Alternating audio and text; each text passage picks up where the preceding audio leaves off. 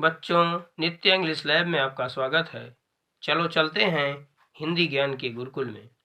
हम पिछली वीडियो में मेवाड़ मुकुट खंड काव्य के प्रथम, द्वितीय, तृतीय और चतुर्थ स्वर को पढ़ चुके हैं, लेकिन आज की वीडियो में हम पंचम, षष्ठ और सप्तम स्वर को पढ़ेंगे, जिसमें सबका परिचय एक जैसा है, जो कि यह आपकी सुविधा के लिए ऐसा बनाया गया है। लेकिन जब हम सातों स्वर का वर्णन एक साथ करेंगे तो हम केवल एक परिचय लिखेंगे, और जब यह सर्ग परीक्षा में पूछा जाता है तो इस तरह पूछा जाता है, जैसे मेवाड़ मुकुट खंड काव्य के आधार पर मेवाड़ मुकुट के पंचम स्वर का सारांश संक्षेप में लिखिए। ध्यान दें, हम सबसे पहले परिचय लिखेंगे।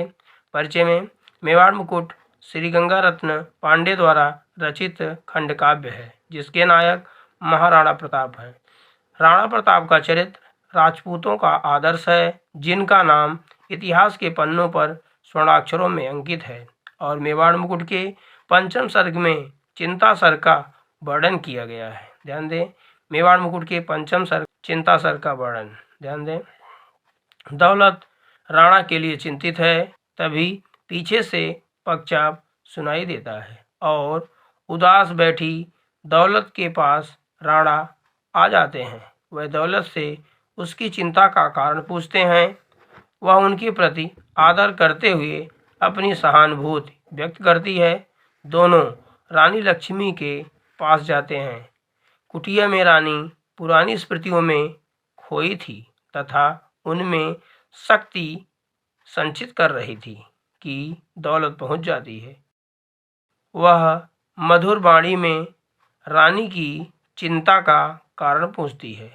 उसी समय प्रताप अरावली त्याग का निर्णय बताते हैं और कहते हैं, आश्वस्त हुए राणा बोले तो कल प्रस्थान करेंगे हम, अपनी स्वतंत्रता के रण का नूतन अभिदान करेंगे हम। इस प्रकार से यह सर्ग यहीं पर समाप्त होता है। इसी श्रृंखला में हम षष्ठ सर्ग को देखते हैं। ध्यान दें, इसमें प्रश्न इस प्रकार पूछा जाता है, मेवाड़ मुकुट खंड काव्य के आधार पर मेवाड़ मुकुट के षष्ठ स्वर का सारांश संक्षेप में लिखिए। ध्यान दें, सबसे पहले परिचय में हम मेवाड़ मुकुट का परिचय देते हैं।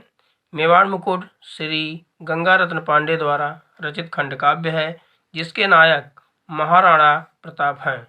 राणा प्रताप का चरित्र राजपूतों का आदर्श चरित्र है, जिनका नाम इतिहास के पन्नों पर स्वर्णाक्षरों में अंकित है, और मेवाड़ मुकुट में षष्ठ सर्ग में पृथ्वीराज और राणा प्रताप के वार्तालाप का वर्णन है।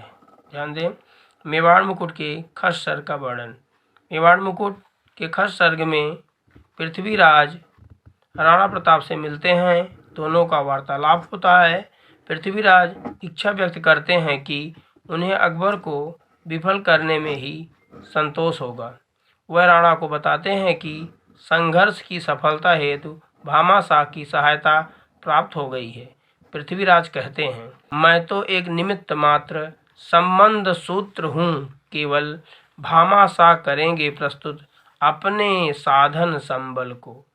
इस प्रकार पृथ्वीराज राणा के प्रति अपने प्रेम और विश्वास को और देश के प्रति अपने देशभक्ति को दिखाते हैं और प्रस्तुत करते हैं और अपने अटूट प्रेम को दर्शाते हैं।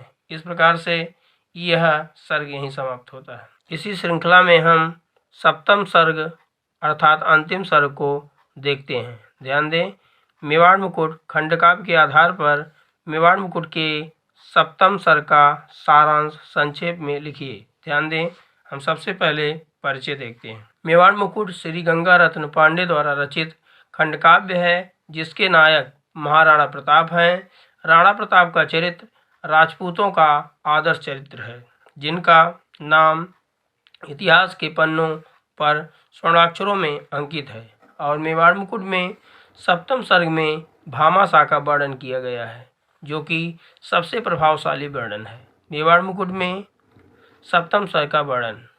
ध्यान दें, मेवाड़ मुकुट में सप्तम सर्ग में भामाशाह के आगमन ने राणा में आशा के संचार का परिचय दिया है, और चिंताग्रस्त राणा भामा की सहायता मिलने से परमात्मा के न्याय पर प्रसन्न होते हैं। तभी भामाशाह राणा की जय जयकार करते हुए आते हैं और बोलते हैं, भामा बोले देव पराया कुछ भी यहाँ नहीं है। धन संपत्ति मान मर्यादा सभी आपसी दी है। चाहे यहाँ आपने दी है भी लिख सकते हैं, ध्यान दें। भामाशाह के समर्पण को स्वीकार कर राणा मेवाड़ के लिए सेवा में तत्पर होते हैं।